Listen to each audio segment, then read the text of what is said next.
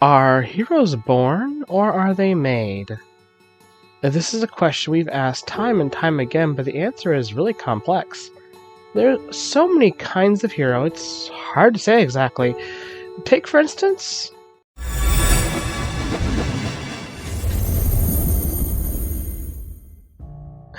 Martin Riddle, Element Fire. Zodiac Aquarius, January 27th. Blood type? O. First, what's in a name? Well, after talking to Shane and hearing it pronounced Riddle and not Riddell, I had some questions. Lucky for me, just like Shane, I was able to ask Martin directly. Riddell is an American take on the name Riddle, apparently, because you have a sporting goods company of the same name. As time went on, it just became easier to meld in with that saying in my name. But it really is pronounced Martin Riddle. I'm glad we're finally able to clear that up. I wish someone had told me that sooner. It's my... Careful, Agni. Anyway, now that I'm back in this headspace, let's talk a little about my youth. Everyone knows by now that I was born in Eldon with my brother Shane. I'm older by only about an hour, though that depends on what culture you ask too. That's right. In a lot of Western cultures, the older twin is actually born last because it's thought they're making sure their younger siblings get out safely. That sounds like something I'd do. Not so much like something Shane would do. He's way more impetuous. He was anyway. What were those twins you mentioned? Castor and Pollux? Yeah, Castor and Pollux. They're the twins of the zodiac and constellation Gemini is based on. It's ironic you guys are Aquarius instead. Castor and Pollux are also actually half-brothers, born through a process called heteropaternal superfecundation. That's actually a rare but possible situation where twins are born from two different fathers. In this case, Castor was the son of the Spartan king Tyrannitis, while Pollux was the son of Zeus. Son of a god, eh? I know someone like that. Sure, but this is a much different matter. Zeus is an egomaniac who had a nasty habit of, transforming to other creatures and pushing himself on mortal women. Bastard. Well, I'm just glad Bree's not here today. I hope the myth served that he got what was coming to him in the end. Well, that's hard to say. Grecian gods weren't like the Norse and Roman gods. Let's get away from this because there's no easy answer that's going to make you happy. I see. Noted that. But aye, let's move on. My role in Eldon is a charmed one. We're not a big village, but in the scheme of things, our family is part of the upper echelon. That doesn't stop me from wanting to make sure the world is a better place, or the next generation, however. I always liked the stories of King Arthur and his knights. Monmouth has always had a peculiar draw that I can't put my finger on. For instance, there's similarities between Excalibur and the Clave Soleil. It's been a part of a good number of Irish and Scottish tales. Quest for the Sword of Light, The One Story, Tale of the Werewolf. I've read a story about the Clave Soleil that comes with a group of Irish tales. More like a story formula, actually, where the hero gets a fortune and a wife and has to fight a powerful wizard called a Grugnak, and the quest quickly becomes all-consuming until the hero is beholden to a seemingly never-ending cycle of tasks. You don't say. So stories about swords and heroes, knights and damsels, that's your inspiration to be a hero? Oh aye, and William Wallace. He's Norman French like that, and a Scottish knight who's been an influential part of the Scottish heritage since Shane and I were born. There was a movie about him too, though it's chock full of historical inaccuracies, from the way he dressed, how he got into war, or even what he looked like. People that don't go to war often have a glamorous view of what it is, what soldiers do. Make no mistake, war is fought by the poor for the sake of the rich. Always has been, always will be. Whew, alright, we're getting kind of deep there. So, what are your relationships like with the other kids in Eldon? Well, Shane's my fam, and Maddie and I are friends. Emil and Danny are the little ones I feel drawn to protect, but Patty, I feel, can really take care of himself. The two of us work in Patrick's forge. I get a real kick out of being around the heat and the metal. Something about the smell of it's invigorating. Alright. Hey, what about Tam? What? Well, Tam's my best friend, isn't he? He's dependable and kind, the right kind of person to always have on your side. One thing about me that you probably don't know is that when we're in school with Lady Olivia, I take it really seriously. She teaches us Latin above all else. She teaches us all the time. Latin is the key in this world to education, and I really hope I can use that one day to learn more about economics and finance. That is an incredibly surprising interest. Well, it's not for nothing either. One day Dad's going to retire, and I'll take on leading the village. We'll need someone smart who's good with money and business. Well, that's certainly ambitious. You seem to take a lot after your dad. Honestly, I think I might too. Is that so? Well, the one thing that sets me apart from the man like him is that his element is wind, whereas mine is fire. See, Dad still wears his red tunic that he wore during the war. It's part of an old poem that he used to sing that goes, "Fetch me old red doublet, bring it to me now. I'll wear it in on the field as is my battle vow. Fetch me old red doublet, it's got the luck we need. For even if they cut me down, they'll never see me bleed." Aside from that, red's a very fiery colour, aye. Oh,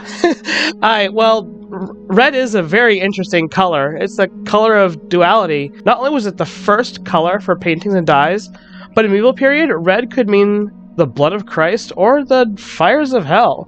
Secularly, it was a symbol for glory and love and even beauty.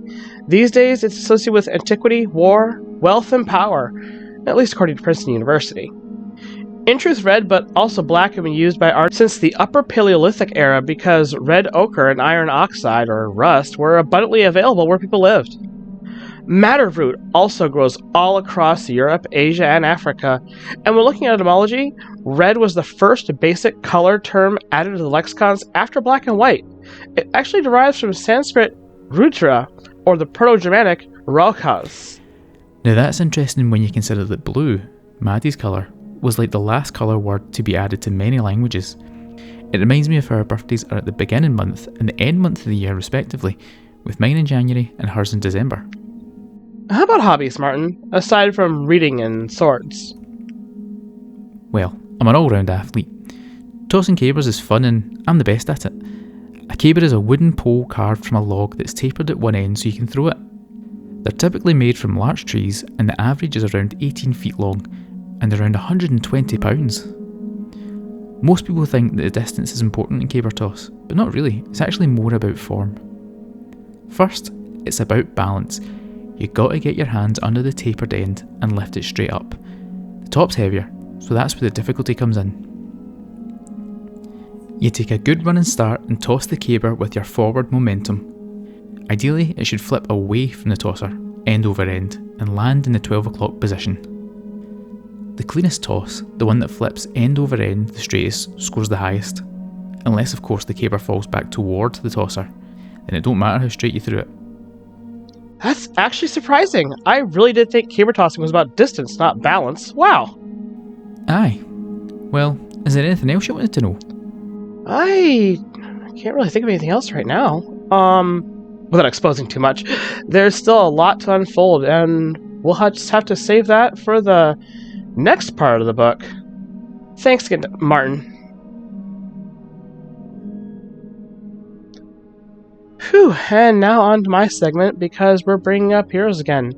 Notice the pose. It's intentionally inspired by Luke Skywalker, because Luke represents a very prominent example of not only the romantic hero archetype, but also Luke's story in the Star Wars franchise is a classic example of a monomyth, the hero's journey. It begins with a call to action, the loss of his uncle and aunt, followed by a supernatural aid, the Force. Luke's guardians, in this case, Obi-Wan, and it begins his transformation into the hero that he will one day be. He gains helpers and a mentor. He faces challenges as well as temptations, like when Palpatine tries to get him to use the dark side. Luke goes through a revelation that leads directly to a transformation in his refusal of Palpatine's offer. Atonement, roll credits, and then a return. Much of the romantic hero's journey leads them into an unknown, where most of their story takes place. It's through traveling and navigating this unknown where the challenges and eventual enlightenment take place. A hero learns what it takes to make a hero in this time, and often becomes a wiser, more capable version of what they were in their youth. Now, monomyth stories have existed for as long as there have been tales and fables and stories to tell. But the study of these hero narratives goes back to 1871 with anthropologist Edward Burnett Tyler's observations of common patterns in the plots of heroes' journeys. The term monomyth comes from James Joyce's Finnegan's Wake, written in 1939, and the term was finally popularized by Joseph Campbell. His book, The Hero with a Thousand Faces, was a work of comparative mythology and comparative religion, in which the author discussed many mythological and religious archetypes while trying to denote a commonality between them.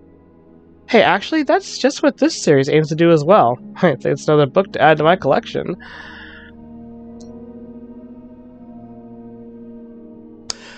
Oh, but what about Martin's heroic evolution?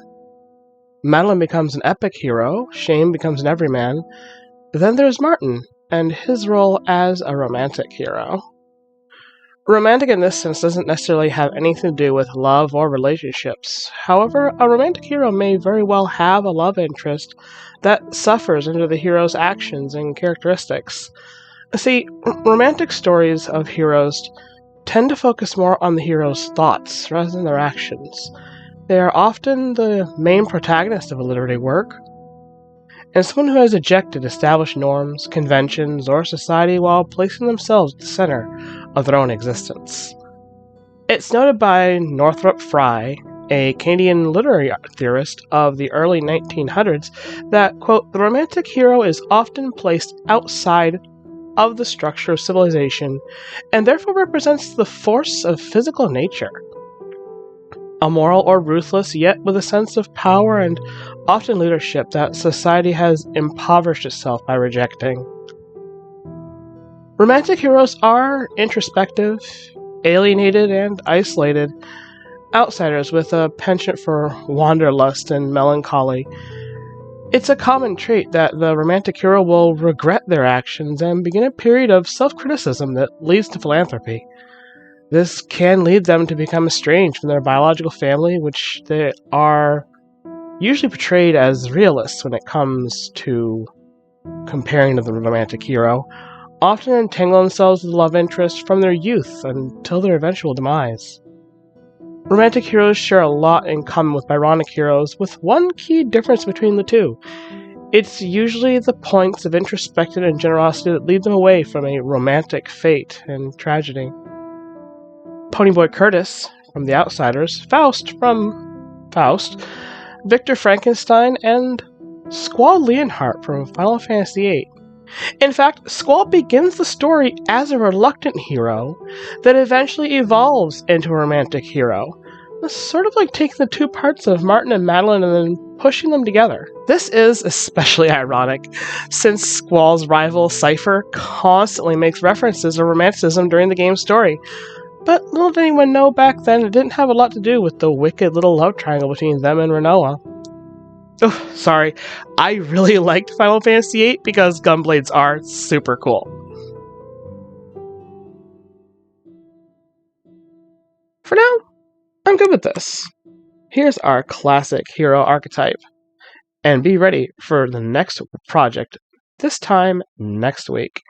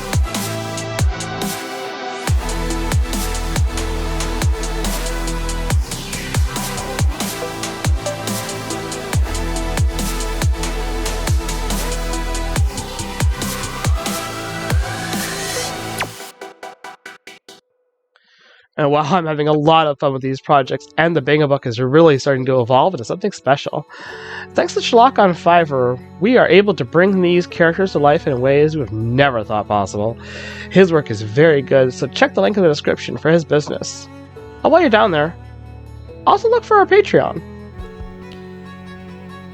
Patreon is the best way to support this channel. Not only are you supporting us, but then we turn around and change that money into great art, music, voiceovers, comics, maybe even merch like shirts, hats or plushies one day. But you'll get access to the Tales of Atonement colouring pages, the Monomyth comic book, and even the unpublished scripts so that you can read the story way ahead of time. Check the link if you want to look into that. Some of our great patrons include Shadow Fox, Aria Gamari, Charles Tam, Jace Borland, and Londear Lumen.